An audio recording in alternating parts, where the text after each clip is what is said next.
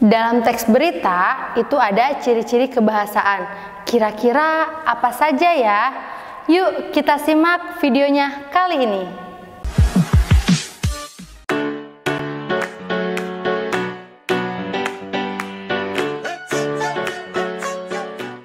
Assalamualaikum warahmatullahi wabarakatuh. Jumpa lagi dengan Bu Irma. Apa kabarnya kalian? Semoga kalian selalu diberikan kesehatan dan kebahagiaan. Kali ini kita akan mempelajari tentang kaidah kebahasaan yang ada dalam teks berita. Apa sih tujuan pembelajaran kita kali ini? Yaitu agar peserta didik mengetahui kaidah kebahasaan yang ada dalam teks berita. Kebahasaan teks berita. Terdapat beberapa kebahasaan yang digunakan pada teks berita. Yang pertama ada verba pewarta. Apa itu verba pewarta? Merupakan sebuah kata kerja yang digunakan untuk menggambarkan kegiatan percakapan atau wawancara. Nah, biasanya ditandai dengan kata ujar, tukas, tutur, dan tegas. Kita ke contoh ya, contoh dari verba pewarta. Yang pertama, Bapak Presiden dan perangkat secara rutin melakukan swab test untuk kasus hal Wakil Wali Kota Solo. Saya rasa Bapak Presiden akan melakukan swab lebih cepat dari biasanya setelah mendengar Wakil Wali Kota Solo positif, kata Kepala Sekretariat Presiden Heru Budi Hartono saat dihubungi Jumat tanggal 24 bulan 7 tahun 2020. Nah, dalam kalimat tersebut di situ ada kata yang Ibu digarisbawahi. Nah, itu merupakan termasuk ke dalam contoh verba pewarta. Kalimat yang kedua, kalau di lockdown malah kita tidak bisa berbuat apa-apa. Konsekuensinya kasus COVID-19 di wilayah itu bisa jadi naik dengan cepat, ujar juru bicara pemerintah untuk penanganan virus corona Ahmad Yuryanto. Di situ yang Ibu garis bawahi ada kata ujar. Nah, kata ujar termasuk ke dalam salah satu contoh verba pewarta ya. Selanjutnya, kebahasan yang kedua yaitu ada fakta dan opini. Apa itu fakta? Fakta itu merupakan hal, keadaan atau peristiwa yang benar-benar ada dan terjadi, dan fakta itu bisa dibuktikan kebenarannya. Berbeda lagi dengan opini. Opini masih berupa pendapat yang bersifat subjektif ya. Opini biasanya ditandai dengan menggunakan kata menurut, menilai, berpendapat, meyakini. Contoh kalimat fakta dan opini. Kita ke kalimat fakta terlebih dahulu. Seperti diketahui, penerapan PPDB tahun 2019 menuai sejumlah masalah di beberapa daerah. Unjuk rasa dan protes di beberapa daerah dinilai karena ketidakpuasan orang tua tidak bisa memasukkan anak ke sekolah negeri yang mereka inginkan dengan alasan sekolah favorit. Nah, itu merupakan sebuah kalimat fakta.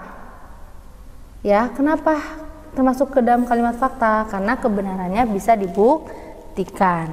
Selanjutnya kita ke kalimat opini. Menurut Ninik, lemahnya koordinasi dan sosialisasi penerapan sistem PPDB juga disebabkan lantaran Kemendikbud juga kurang berkoordinasi dengan Kementerian Dalam Negeri. Nah, di situ merupakan kalimat opini. Kenapa? Karena masih berupa pendapat. Pendapat menurut siapa? Menurut Ninik. Di situ ada namanya menurut Ninik. Nah, ya. Jadi seperti itu contoh dari kalimat fakta dan opini. Selanjutnya ada kebahasaan yaitu kata keterangan atau adverbia. Yang pertama ada keterangan waktu. Jadi kata keterangan yang menunjuk ke waktu. Contohnya Sabtu 25/7/2020. Itu artinya hari Sabtu tanggal 25 bulan 7 tahun 2020. Selain hari atau tanggal bisa juga waktu kemarin, sekitar pukul berapa, disebutkan waktunya ya. Selanjutnya ada keterangan yang merujuk ke keterangan tempat, seperti biasanya ditandai dengan kata di. Misalnya ketika ditemui di Mapolda Metro Jaya, nah merujuk ke tempat. Di mana? Di Mapolda Metro Jaya, di sekolah, di kantor, seperti itu ya. Itu keterangan tempat. Selanjutnya ada keterangan tujuan, biasanya ditandai dengan kata guna, buat, untuk, dalam rangka. Contoh keterangan tujuan, misalnya saya akan belajar dengan rajin untuk bisa masuk ke sekolah favorit. Nah, itu keterangan tujuan. Tujuannya apa dia belajar rajin? Agar bisa masuk ke sekolah favorit. Selanjutnya ada keterangan cara. Keterangan cara ditandai dengan kata dengan benar, secara mandiri, lewat pengeras suara atau melalui sambungan telepon. Oke, salah satu contohnya misalnya kita gunakan kata dengan benar. Keterangan cara. Kerjakan soal di bawah ini dengan benar. Nah, itu ada keterangan cara. Selanjutnya ada keterangan simulatif, yaitu ditandai dengan kata seperti, mirip, persis. Nah, seperti itu. Selanjutnya ada keterangan penyebab, ditandai dengan karena, disebabkan oleh, bermotif, dikarenakan. Misalnya, contohnya, saya tidak berangkat sekolah dikarenakan cuaca sedang hujan. Nah, di situ ada penyebabnya. Apa yang menyebabkan dia tidak berangkat sekolah? Yaitu cuaca sedang hujan. Selanjutnya ada kebahasaan kalimat langsung dan tidak langsung. Kalimat langsung merupakan hasil kutipan langsung dari pembicara seseorang atau seorang narasumber yang sama persis dengan apa yang dikatakan. Jadi kalau kalimat langsung itu apa yang dibicarakan orang tersebut ditulis ulang ya, tanpa dirubah apapun.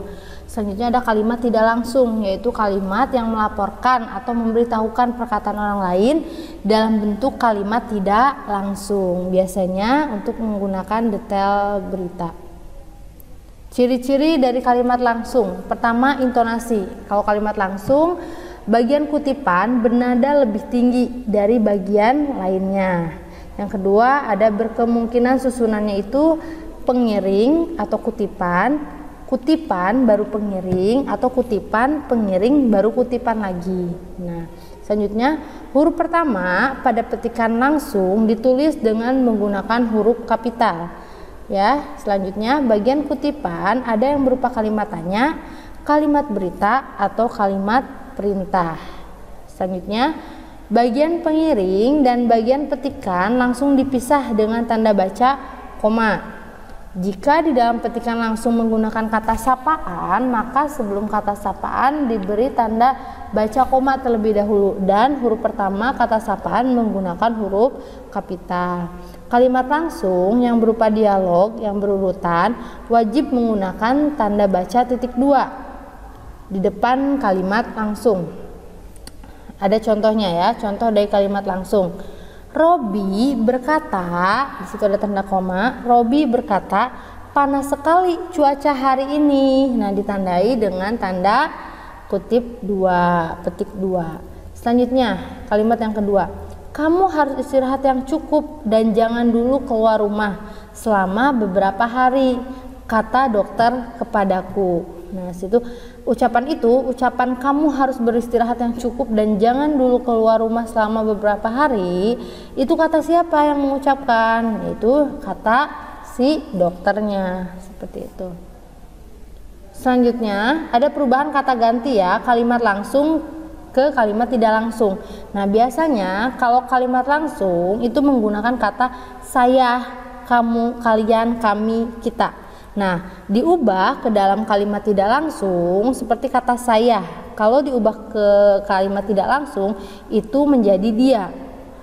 Kata kamu itu diubah ke kalimat tidak langsung itu menjadi saya.